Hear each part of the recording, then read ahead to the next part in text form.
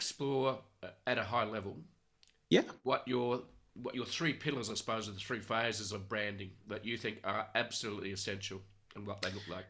Yeah, absolutely. So oftentimes, again, when people relate to branding as about creating a logo colors, that's usually the first starting point. You're like, what should my color, what should my logo look like? What should my colors be?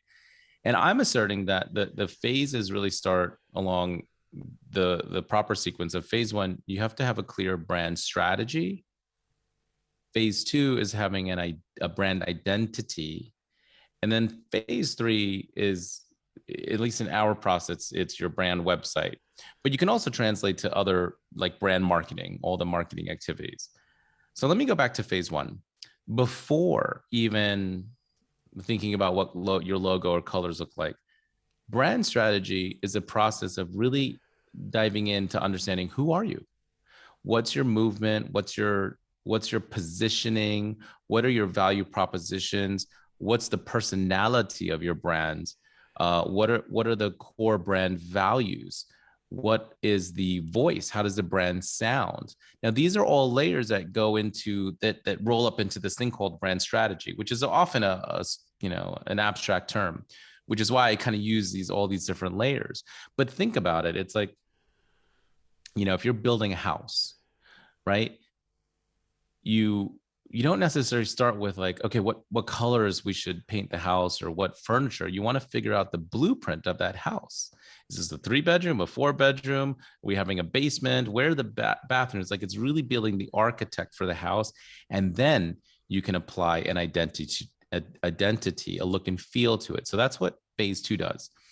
Now, more specifically, I relate to brand identity as two broad buckets or subsets. There's the visual identity, and that's usually the common suspect of like logos and colors, but also the style of your photography, the style of your fonts. And then there's verbal identity. And this is oftentimes something that's overlooked, which is, okay, aside from your logos and colors, what is the language and the tone? And goes back to what I was saying earlier about like really being fascinated with psychology and linguistics. But Starbucks uses tall, vente, grande, tall, grande, vente, right? As opposed to small, medium, large. So what's the tone and the language that your brand, that makes up your brand vocabulary? And then phase three, really, like I said, we just happen to focus on websites, but you can, for those listening in, websites typically are your biggest, touch point, but it could be a wide range of touch points. It could be your social media. It could be if you're doing events, signage, all that sort of stuff.